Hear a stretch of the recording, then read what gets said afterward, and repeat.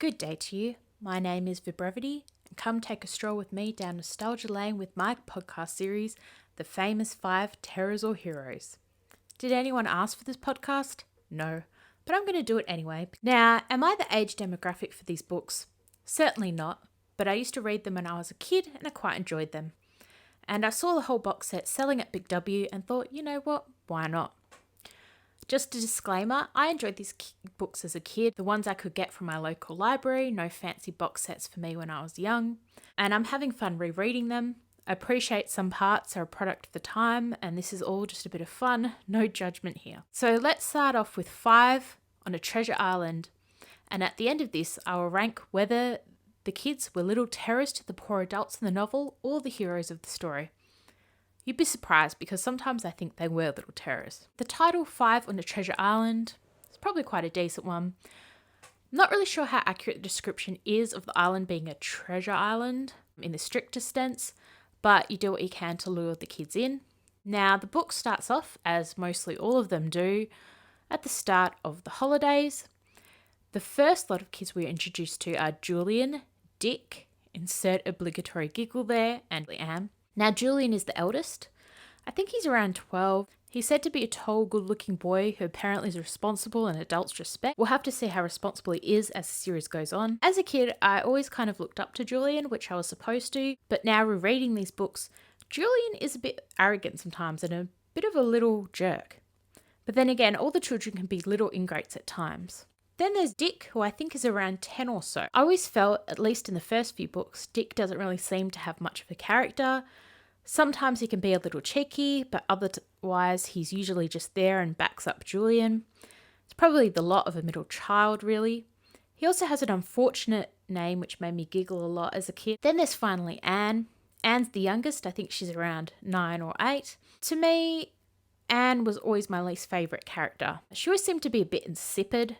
Sometimes she shows a backbone, but most of the time she's just there to be their housekeeper and run around being scared of things. So interestingly, and something I never really noticed as a kid, is that the children's parents don't really have names. They're just referred to as mother and daddy, which is funny. But from a perspective of a child, I remember until I grew older, I never really thought of my mum as anything other than mum. I never really thought of her as having her own separate name or personality.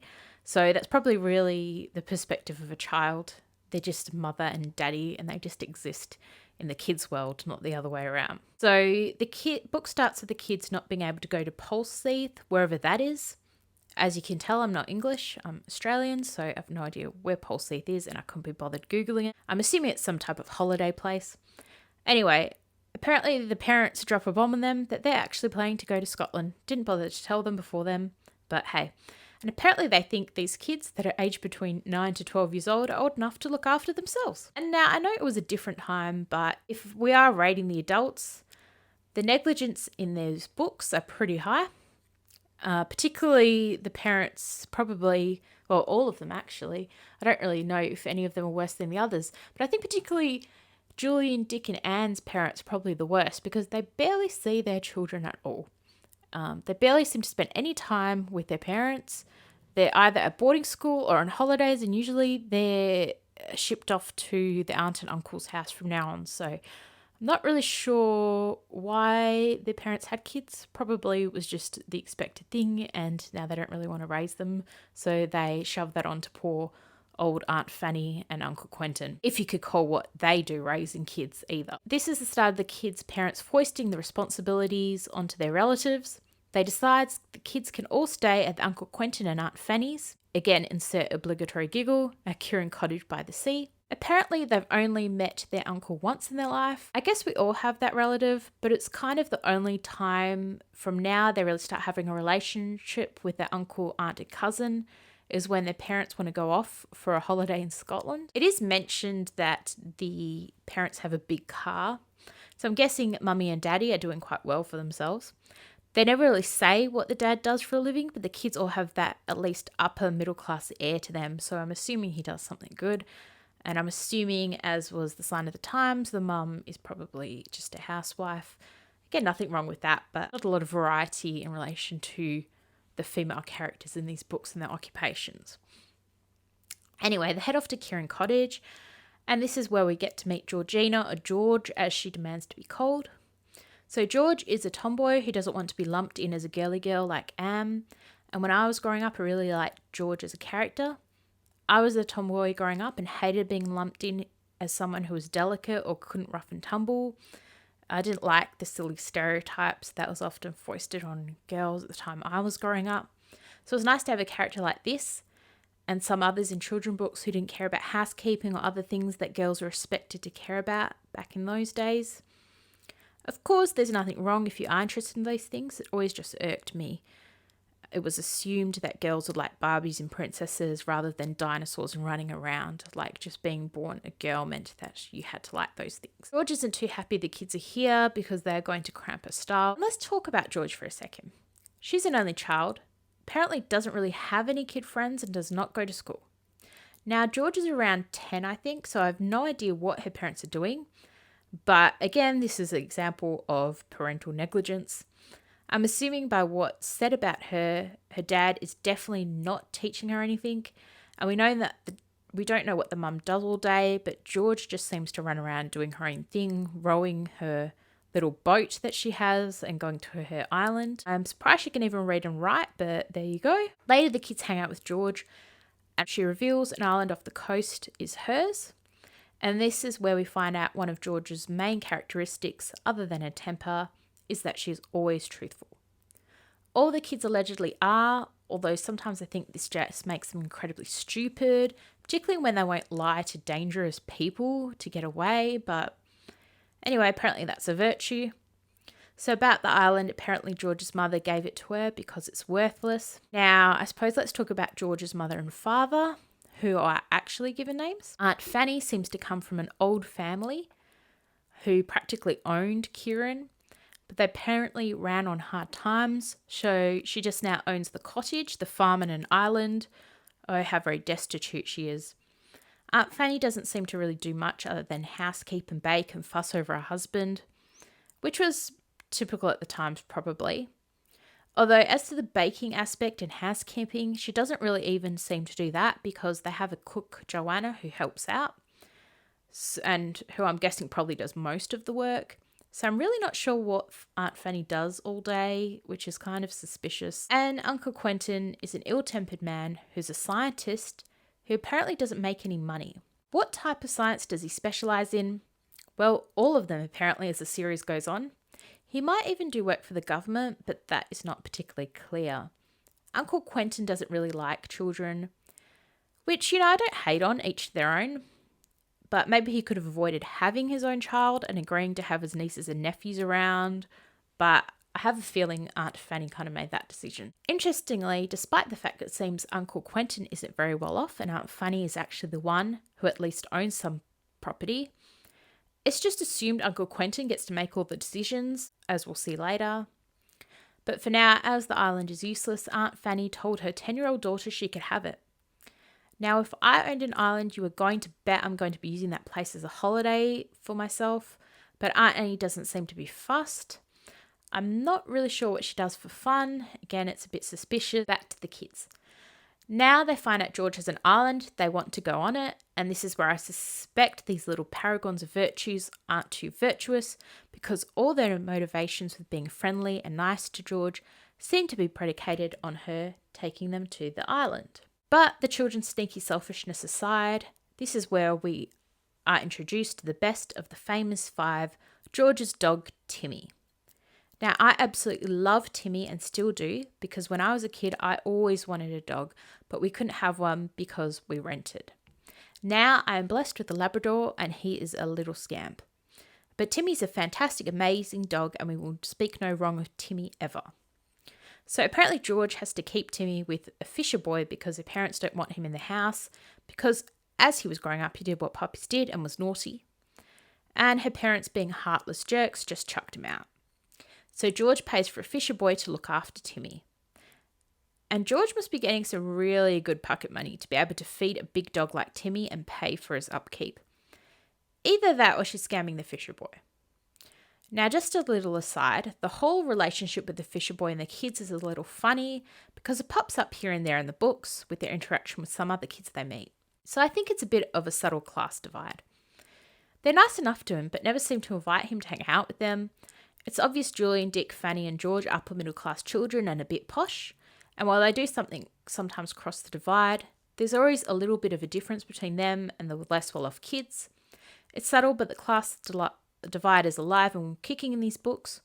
Again, no judgment. It was a sign of the times, but I just found it funny reading it as an adult and kind of seeing that difference made between the kids and the less well-off kids. On with the story, Julian bribes George with sweets on the pretense of sharing, so she'll take them to an island. George takes them to the island and none of their parents seem to care because they are negligent.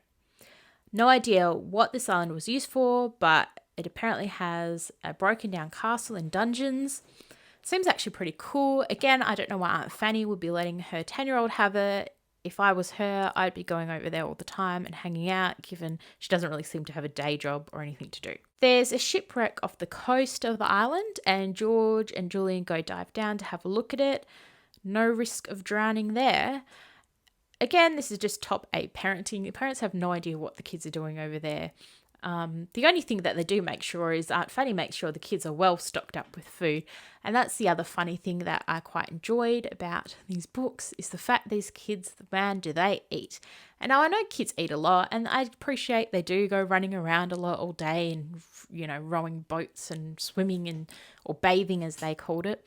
But I do wonder how these kids aren't really, really fat because the amount they eat seems ludicrous. They have lunch, they have tea, they have supper, they have dinner, they have breakfast. And it's like almost every breakfast is eggs and bacon. And then their lunch is like 50 sandwiches. And then their supper's like cake. It's always cake and biscuits and all sorts of lollies and really fatty things. So I guess they were home baked, so they're probably better off than what we eat now. But still, I'm really surprised these kids don't get really fat. And whenever I read this book, I always hanker for ham sandwiches because they seem to eat a lot of those. The kids get caught in a storm. And again, it doesn't seem like their negligent parents even notice or care where they are really. So while they're in a storm, they hang out in a little room that was part of the old castle. I guess no real risk that the room's roof is going to fall down or anything. I don't even think the kids even think about that. But anyway, and apparently they're really, really adept at starting fires and everything. These kids, I don't know, George didn't go to school. I'm not really sure what Dick, Julian and Anne are getting taught in school, but they appear to be like little wildlife warriors. It doesn't seem like this is the first time they've been left alone, which wouldn't surprise me. The big exciting thing happens and the shipwreck gets tossed up by the storm onto the rocks. I don't know how believable this is because apparently that shipwreck's been there for many, many years, but apparently the storm was enough to bring it up to the surface. So the kids see that, but they can't go to the shipwreck yet because the tide is too high, so they go home. And all Aunt Fanny does is ask if they had a good day. She's not even like, oh my goodness, there was a storm, I was so worried. Aunt Fanny doesn't care. They also get a taste of Uncle Quentin's temper at this time. They turn over a table to play and he tells them to shut up, or words to that effect. He's a very important scientist man and you can't really blame him, I guess, for telling the kids to stop being annoying. They should just not be kids, really. I don't even know why they're in his house. Or at least that's what I'm thinking Uncle Quentin's thinking. So the kids who can't make any noise in their own home go back to the island later on or the next day and decide to explore the wreck, which is no doubt a death trap. But somehow none of them break their necks and they find the captain's cabin and find a box in it and just take it because these kids just decide whatever's there is theirs to own, which I'm not really sure about that because it was a shipwreck, so I don't really know who really owns that. Don't really think the kids do, even though it was supposed to be George's family who owned the ship, but apparently George thinks she owns everything there. They take the box home and they can't open it, so they have the bright idea of throwing out the window. So I think this kind of shows the kids aren't that bright because, I mean, they think, oh, well, that won't really destroy anything in the box, but come on, you threw a box out a second story window, kids. What happens if there was something valuable in there? I mean, there could have been pictures of Kate Winslet, who knows? They throw it out the window, and Uncle Quentin loses his temper at them for trying to not only kill themselves, but now involve others in trying to, be reckless in their behaviour by throwing boxes out a second-story window without even warning anyone. So Uncle Quentin, to teach them a lesson, confiscates the box.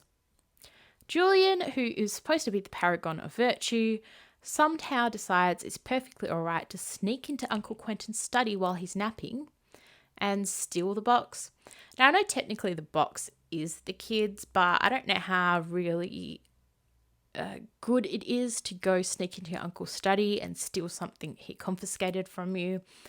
I do find it interesting that Uncle Quentin is just napping in his study, so, I mean, who really knows what he's doing all day? I mean, he says he's doing science, but, he seems to do a lot of napping, and perhaps that's the reason for their financial situation. Julian steals the box, they open it up, and it has a map in it. And the crafty kids, they copy the map and put the box back.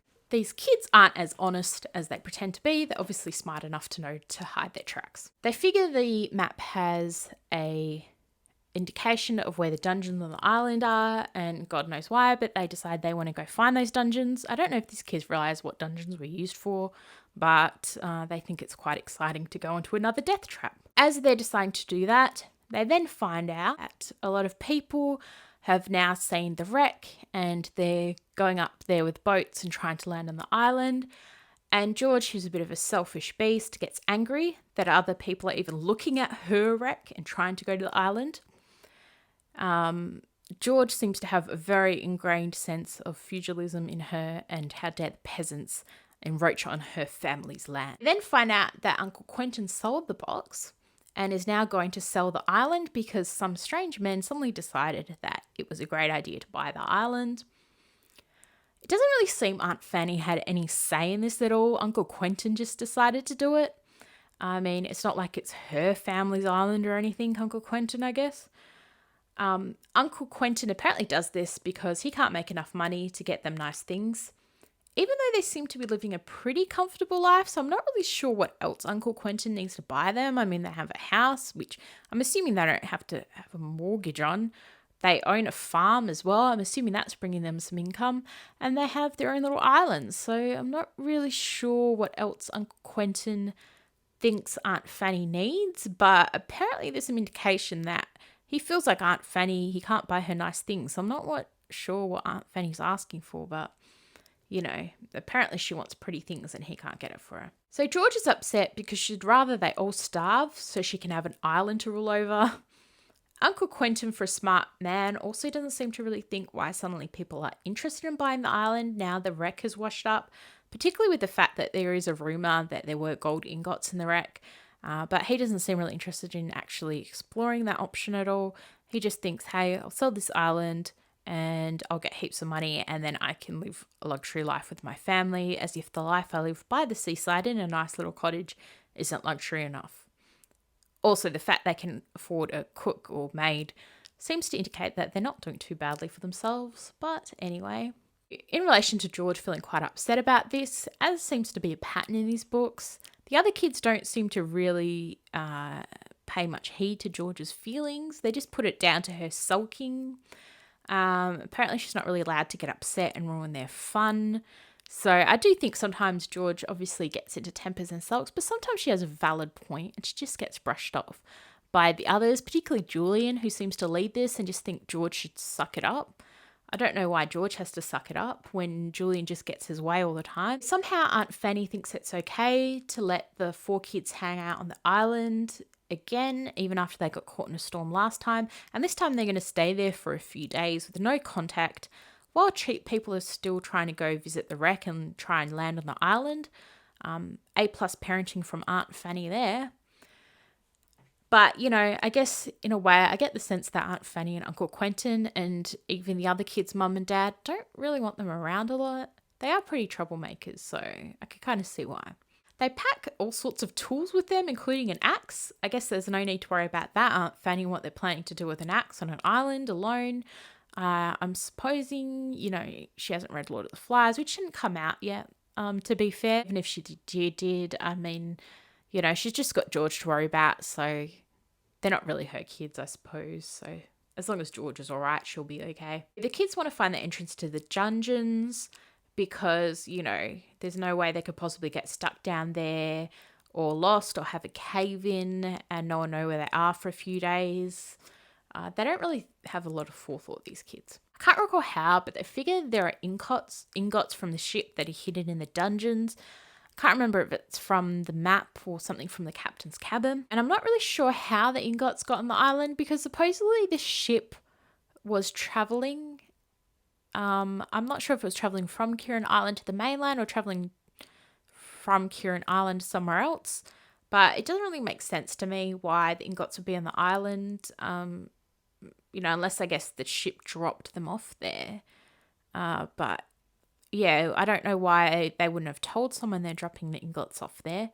And I'm assuming everyone died when the ship went down. So it's a bit strange. But anyway, apparently the ingots are there very conveniently for the kids to try and find. While they're on the island, poor old Timmy falls down a well. So rather than Timmy saving a kid from the well, the kids have to save Timmy from a well. And Timmy falling down holes is pretty big pattern in the books. And I don't know how poor Timmy doesn't break anything. But luckily he's okay. So they climb down there and somehow rescue him. But they never really learn from this lesson. And Timmy never really learns. And he does fall down a lot. So be prepared for that in future books. They find an entrance to a room they assume the ingots are in down in the dungeons. And Julian has the bright idea to use an axe to break it open.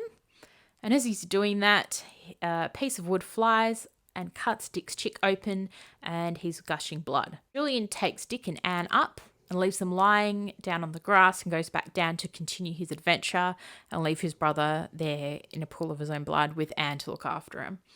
Because, Anne's the girl, so that's her job. They do eventually, George and Julian get the door open and they find the ingots are inside there, but then they are set on by two grown men. It's always grown men for some reason who somehow, come upon these kids, and the kids get in the way of. And the grown men had found out about the gold and decided they're going to steal it. Although, I guess, it's a bit questionable about who really owns this gold. I mean, where did George's family get this gold from? Where was this gold coming from? Where did it go? Who knows? But apparently George thinks it's her and her family's. They lock both the kids up in the dungeon. And I guess the other thing is Aunt Fanny an only child? Because in those days, if she had a brother, presumably the brother would be the one who would inherit that. So I'm assuming she's an only child, but then Uncle Quentin somehow gets all the gold because, that's how it used to work. But it all seems a bit unfair. Anyway, the guys lock both the kids in the dungeons. They do kindly offer to leave them food and drink. So they're not really a bad sort, are they? I mean, they could have just locked them in there and left them to starve to death. And also, we don't really know why these guys need that gold. I mean, they could have a sick child or a wife. But the children don't really care because George needs that sweet gold so she can keep her island and be rich. Richer than she already is. So the other thing that really annoyed me about this scene is George, when the guys come across them and they reveal, we're going to take this gold, George the idiot says, I'm going home to tell my father what you said. So it's not really the smartest thing, George, to say to them, you're going to go home and tell your father, because what do you think they're going to do? Let you do that? I mean, it's just a bit silly. That always annoys me in not only books, but in movies. Whenever the people telegraph to the clearly bad person what they're going to do, as if that person's not going to stop them. The smarter thing would be to play along and pretend like you aren't going to thwart their plans, or you're going to go along with their plans and then do the opposite. But I guess characters aren't really smart and it wouldn't be really big dramatic. And also, I suppose you can't really say how George would really get out of this situation. Other than, I guess, she could have burst into tears and pretended like she was too scared to do anything, which probably would have been the smarter way to go. The guys also make George write a note on and attach it to Timmy's collar and make him go find the other kids because they know there are two other kids on the island. And George, which is actually quite clever, she signs her name Georgina instead of George because she knows that Dick and Anne will know that she's written that note under coercion and she would never voluntarily sign her name Georgina. Men have the bright idea of coming out of the dungeon as well and calling for Anne and Dick. But because Dick is not an idiot, he hides with Anne, so finally the children make some smart decisions. Then Dick decides he's going to climb down the well to save Julian and George, and he's able to do that. The men are also not idiots though, and when the kids go to their boat, they find the oars are gone, and they assume the men have gone to go get a bigger boat so they can put all the ingots in there and sail away. The children decide that instead of just going to wait until the men come back and then perhaps take their boat, they're going to be the heroes and lock the men up inside the dungeon. But they fumble this plan because they're way too weak to move the stone over the dungeon, even though there's like 3 of them, so I don't know how weak these kids are. But anyway, and also Dick, who'd gone to hide under there and lock them in the dungeon, he fumbles that and stuffs up and has to run away. So then the children decide they're going to do what they should have done in the first place. They run to the boat and they find their oars in the other guy's boat. And then George wrecks the men's motorboat. They then row away and leave the men on the island. And George talks cheek back to them because these kids have no respect for any adult. The men get away anyway, interestingly, because they had the bigger boat there with the captain of the boat, and he saw the kids rowing away, and instead of them acting normal, they act all suspicious by ignoring him and not saying anything to him. So he goes down in his little boat, and it's assumed he goes and rescues them. But they don't have enough, apparently, to be able to take a lot of ingots because they know that people will come and get them. Kids then get home and they tell Uncle Quentin and Aunt Fanny. And then Uncle Quentin gets all annoyed because they didn't tell him any of this before, and Aunt Fanny had to explain they didn't tell him before because they are afraid of him because he's a big fat jerk. And then Uncle Quentin puts down his behaviour to him being stressed about money. But he doesn't seem to change his attitude one bit after this, so he's just really a jerk who doesn't like kids, and I think that's just his character. To be fair, the kids are quite nosy and do make a nuisance of themselves, and do talk back sometimes, so I can kind of see why he gets annoyed with them. So now Uncle Quentin is stinking rich. Apparently the other cousins who helped find the ingots don't really get a share in it, and also apparently Aunt Fanny doesn't really matter. So he offers George anything she wants. And George asks for Timmy and gets to keep him, and apparently now also gets to go to boarding school with Anne. And apparently the boarding school allows dogs, which, seems a bit suspicious, but hey. And apparently going to boarding school is also a reward. I mean, George, if I were you, I would have just kept it to Timmy and not the school aspect because you seem to be living a pretty cool life, but anyway. And then the book ends with the usual allusion there are going to be future adventures on the horizon for these 5 little scamps. So the verdict on this one, are the kids terrors or heroes? Well, in this one, I'd say the kids are probably somewhere in the middle. I mean, they are little terrors because they do a lot of things without telling the adults. And I mean, they could have died or been hurt. But then again, I don't know how much the adults really care, to be honest with you. And also, I mean, we don't know the motivation for those guys wanting that gold. It could have been perfectly innocent. They could have needed that gold. I mean, George's family doesn't seem that badly off, nor does the other kids' family. So they all seem pretty well off. So I don't know why they can't share their riches a bit. And who's to say that gold is theirs anyway? And who knows how George's family even got that gold? That's my question. So the verdict is, though, however, the kids are probably semi-heroes in this one, and there wasn't as much cheek as there is in future books towards adults.